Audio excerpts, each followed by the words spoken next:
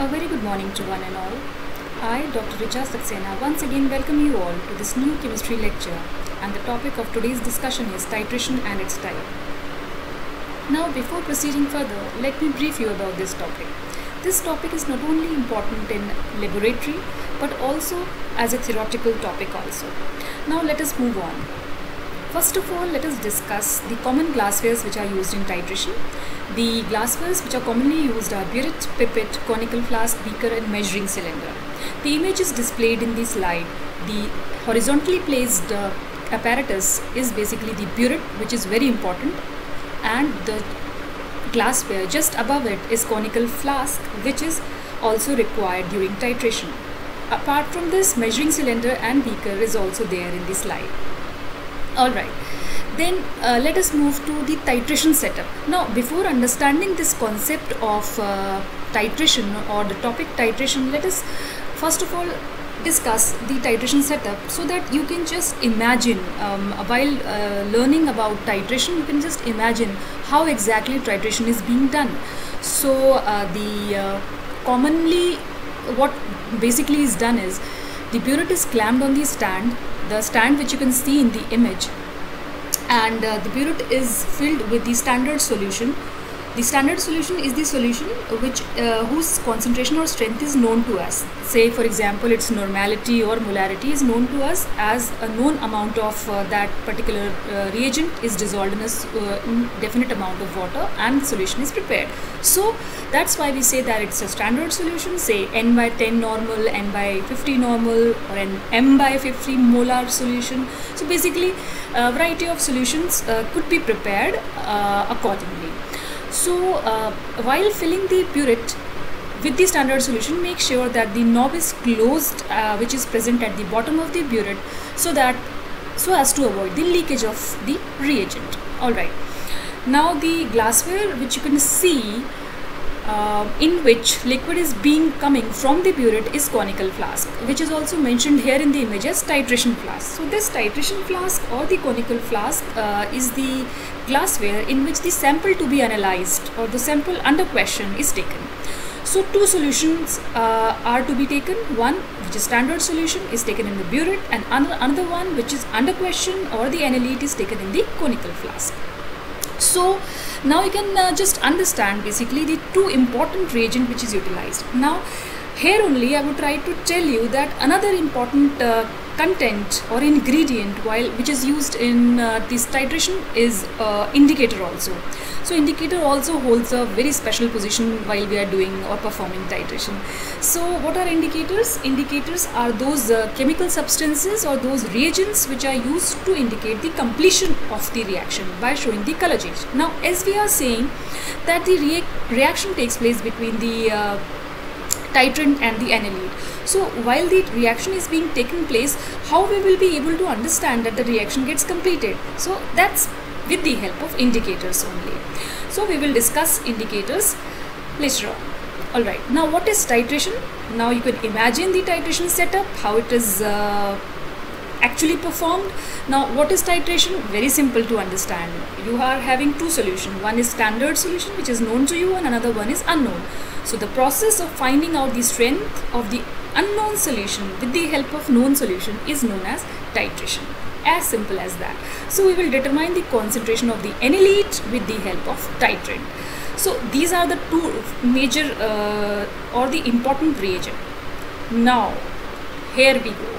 Now here in this slide, it is clearly mentioned that the important terms which are there in the titration. First is titrant, the standard solution which is taken in the burette. And what is standard solution? Already discussed. Solution of known strength or concentration, whose molarity or normality is known to us. So it is filled in the burette. It could be either acid or base or oxidizing or reducing agent, etc., etc., depending upon the nature of the analyte or the reagent which is to be analyzed. Okay.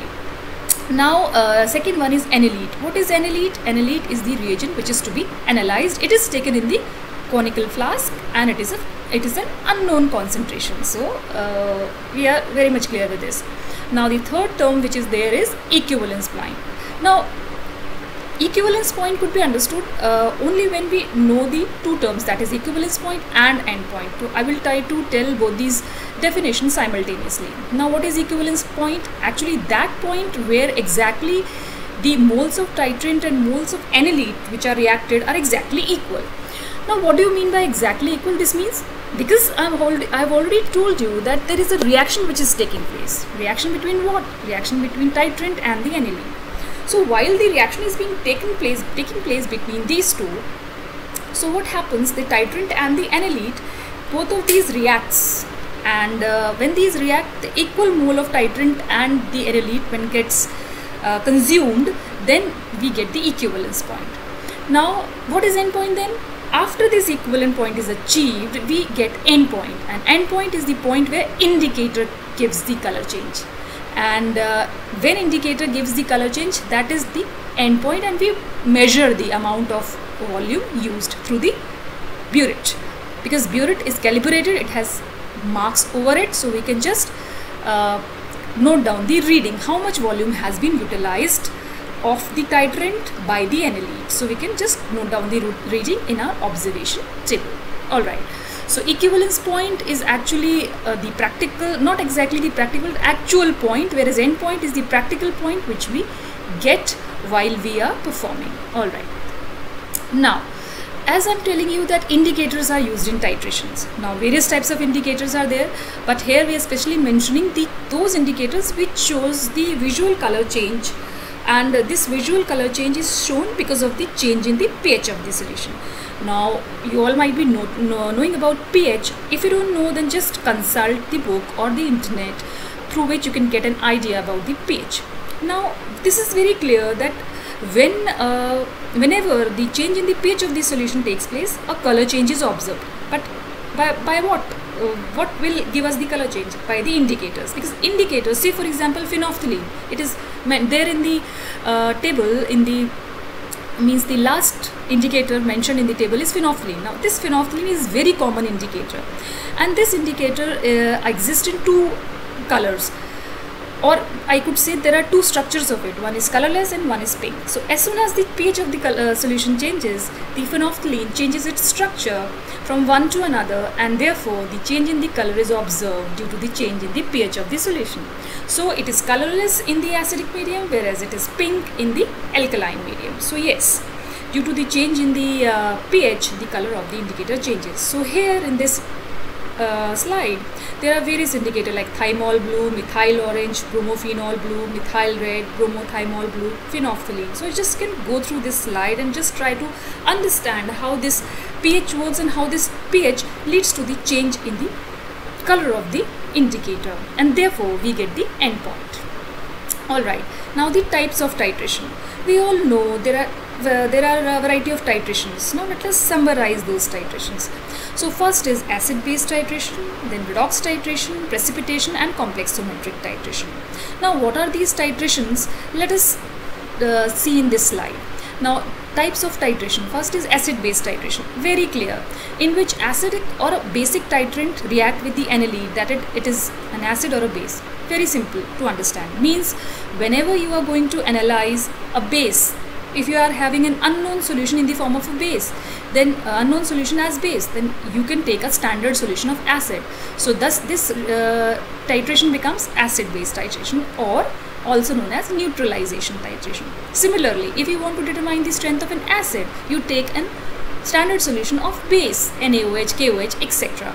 So whenever you are analyzing any acid, you just take the titrant as a base. Whenever you are analyzing any base, then you take, or an acid, you take a standard solution of base.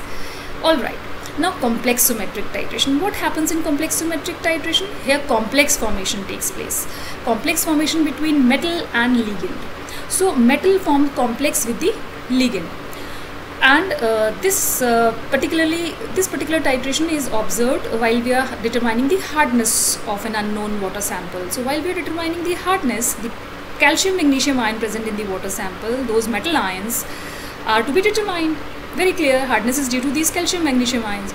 So an complexing agent, say EDTA, ethylene diamine tetraacetic acid, is taken as a standard solution in the burette, and a reaction is performed. So therefore this particular type of titration is known as complexometric titration. Third one is precipitation titration. As the name suggests, precipitate formation might be taking place, therefore this is known as precipitation titration.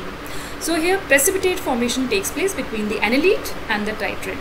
Say for example, if I want to determine the presence of chloride ion in a water sample, then what I'll do, I'll take silver nitrate at the standard solution. So what will happen? Silver nitrate, when react with chloride ion present in the water sample, it forms a precipitate of silver chloride. So when this precipitate formation takes place, and with the help of a suitable indicator, we can just identify amount of chloride ion present in the water sample. Alright, now last one is redox titration. And redox titrations are nothing but where the titrant is an oxidizing or a reducing agent. We know that redox, whenever the word redox comes, it click in our mind that yes, redox involve both reactions, oxidation and reduction, which are occurring simultaneously. So very clear that when the titrant is oxidizing, then analyte will be of reducing nature.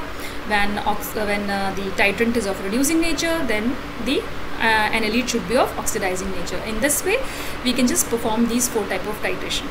But nevertheless, the most important thing is, which I would like to add up here, is we are not completed with the type of titration. One more is left, which I'll discuss now. This one is another set of titration, that is iodine titration. Now what these iodine titrations are like?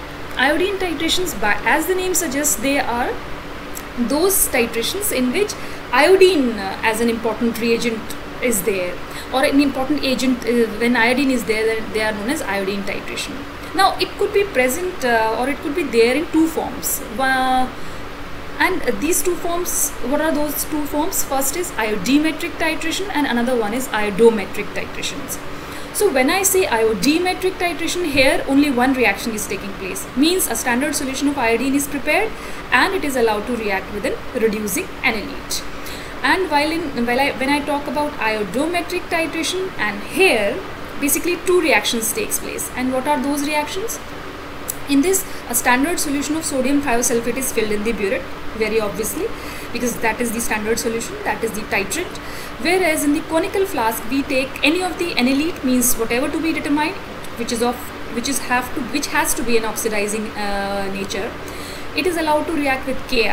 When these 2 reagents, means the Ki and oxidizing analyte react, it liberates iodine. So here iodine is liberated indirectly. You can easily imagine that. And now here 2 reactions are taking place. What 2 reactions? What are those 2 reactions? First, an oxidizing analyte plus Ki, which will liberate iodine.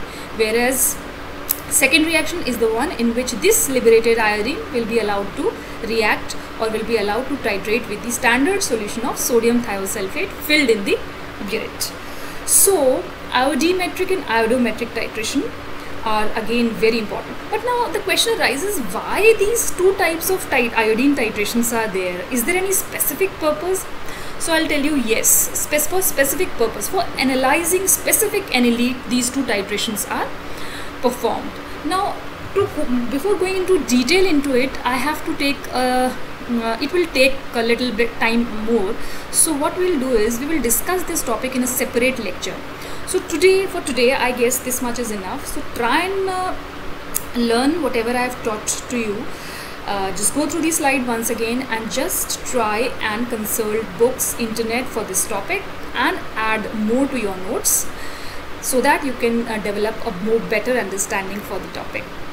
Finally, I would say that this was enough for today's lecture. I hope that you will just consult the books and the internet, whatever, and just try to prepare your notes for this. And if you have any query, you can just write to me at richasaxena17@gmail.com. So all the best. See you in the next lecture. Thank you so much. Thank you.